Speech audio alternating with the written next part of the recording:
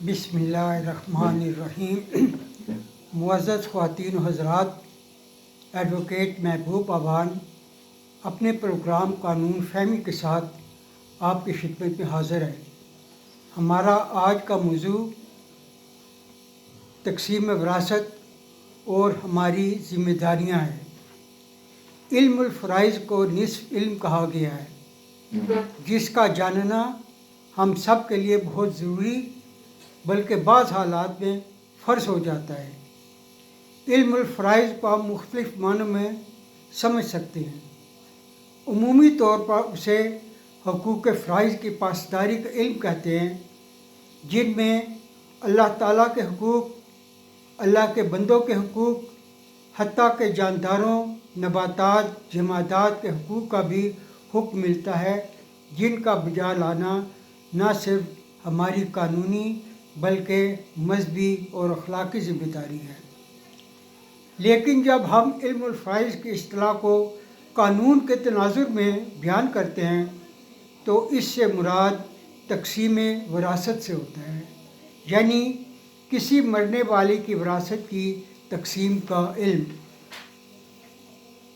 یعنی مرنے والے کی وراثت کیسے تقسیم ہوگی، وارث کون ہوں گے، مال وراثت کیا ہوگا، اور ہمیں تقسیم وراثت سے پہلے کن کن مراحل سے گزرنا پڑے گا۔ ان تمام امور کو جاننے اور اس پر عمل کرنے ہی کا نام علم الفرائض ہے۔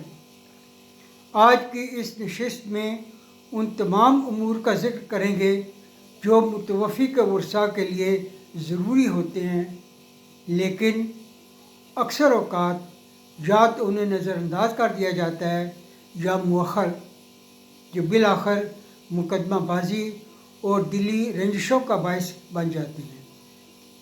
سب سے پہلے ہم بیان کریں گے کہ مرنے والے کے بعد کون کون سے لوگ اس کے وارث ہوتے ہیں۔ ان میں سب سے پہلے گروپ ہے شیئرر، یعنی وہ لوگ جن کے حصص قرآن نے متعین کر دیے ہیں، مثلاً باپ، ماں، بیوی یا بیٹی اگر اس کے ساتھ بھائی نہ ہو۔ اس کے بعد ریزیڈریز، یعنی وہ رشتہ دار جن کی وراثت میں حصہ متعین تو نہیں ہے، لیکن جو شیئر وصول کرنے کے بعد جو حصہ بچ جاتا ہے وہ وصول کرتے ہیں۔ اس کے بعد ڈسٹنٹ کنڈرڈ، یعنی وہ رشتہ دار، وہ دور کے خونی رشتہ دار جو نہ تو شیئرر ہوتے ہیں اور نہ ہی ریزیڈیر، ان کے لیے بھی قرآن نے اور قانون نے کچھ حصہ مختص کیا ہوا ہے۔ اس کے علاوہ اللہ تعالیٰ نے صلہ رحمی کا بھی حکم دیا ہے۔ ارشاد باری تعالیٰ ہے کہ تقسیم کے وقت اگر قرابت دار جو غیر وارث ہوں، یتیم اور مسکین موجود ہوں تو انہیں بھی کچھ نہ کچھ دے دو۔ یہ اگرچہ حکم نہیں بلکہ اختیاری عمل مگر آسن عمل ہے۔ حصص کا تعین اور ترتیب جو اس عمل میں لائی جاتی ہے وہ اس طرح سے ہے کہ سب سے پہلے والد اور والدہ 1/6 یعنی چھٹا حصہ لیں گے۔ بیوہ اگر صاحب اولاد ہے تو 1/8، اور اگر اس کی اولاد نہیں تو وہ 1/4 حصے کی وارث ہوگی۔ بیٹی اگر اس کے ساتھ بھائی نہیں تو وراثت میں سے نصف یعنی آدھا حصہ لے گی، اور اگر ایک سے زائد بیٹیاں ہوں تو وہ مشترکہ طور پر 2/3 یعنی 2/3 حصے کی حقدار ہوں گی۔ اس کے علاوہ اگر وراثت کسی عورت کی ہے اور مرد یعنی خاوند اس کا وارث ہے تو ایسی صورت میں اگر متوفیہ کی کوئی اولاد نہیں تو خاوند اس کی وراثت کا 1/2 یعنی نصف حصہ لے گا، لیکن اگر اس کی اولاد ہے تو خاوند کو اس میں سے 1/4 حصہ ملے گا۔ اس کے علاوہ کچھ لوگ ایسی حالت میں بھی مر جاتے ہیں کہ نہ تو ان کے ماں باپ ہوتے ہیں، نہ بیوی بچے، صرف بھائی بہنیں ہوتی ہیں جنہیں ہم کلالہ کہتے ہیں۔ کلالہ کی صورت میں تقسیم کا ذکر قرآن کریم میں ان الفاظ میں آیا ہے: اگر کوئی مرد یا عورت بے اولاد بھی ہو اور اس کے ماں باپ بھی نہ ہوں مگر ایک بھائی اور ایک بہن ہو تو ایسی صورت میں بھائی اور بہنوں کو 1/6 یعنی چھٹا حصہ فی کس ملے گا، اور اگر بھائی بہنیں ایک سے زیادہ ہوں تو کل ترکہ میں 1/3 حصہ میں وہ سب شریک ہوں گے۔ کبھی کبھی ایسی صورت بھی آ جاتی ہے کہ مرنے والا بالکل لاوارث ہوتا ہے، جسے قانونی زبان میں ایسچیٹ کہتے ہیں۔ ان حالات میں اس کی تمام جائیداد بحق سرکار ضبط ہو جاتی ہے۔ تقسیم وراثت سے پہلے ہمیں جن امور کا خیال رکھنا چاہیے وہ یہ ہیں: اگر مرنے والے کے ذمہ کوئی قرضہ ہو تو اسے ادا کر دیا جائے یا اس کا تعین کر کے وہ رقم علیحدہ کر لی جائے۔ اگر بیوہ یا بیوگان کا حق مہر قابل ادائیگی ہو تو اسے بھی ادا کر دیا جائے۔ متوفی کی تجہیز و تکفین کے جملہ تمام اخراجات اس کے پسماندہ مال میں سے ادا کر دیے جانے ضروری ہیں۔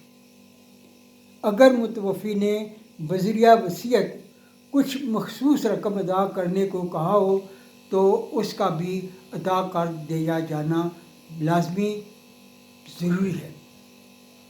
اس کے بعد جو کچھ بھی بچے گا وہ متوفی کی وراثت کہلائے گا اور قابل تقسیم ہوگا۔ ان میں متوفی کی تمام منقولہ یعنی موویبل پراپرٹی، یعنی بینک میں، لاکرز میں، بانڈز کی شکل میں اور کسی کمپنی میں انویسٹ کی شکل میں کوئی رقم بھی ہو، وہ ساری اس کی منقولہ جائیداد میں شامل ہوگی۔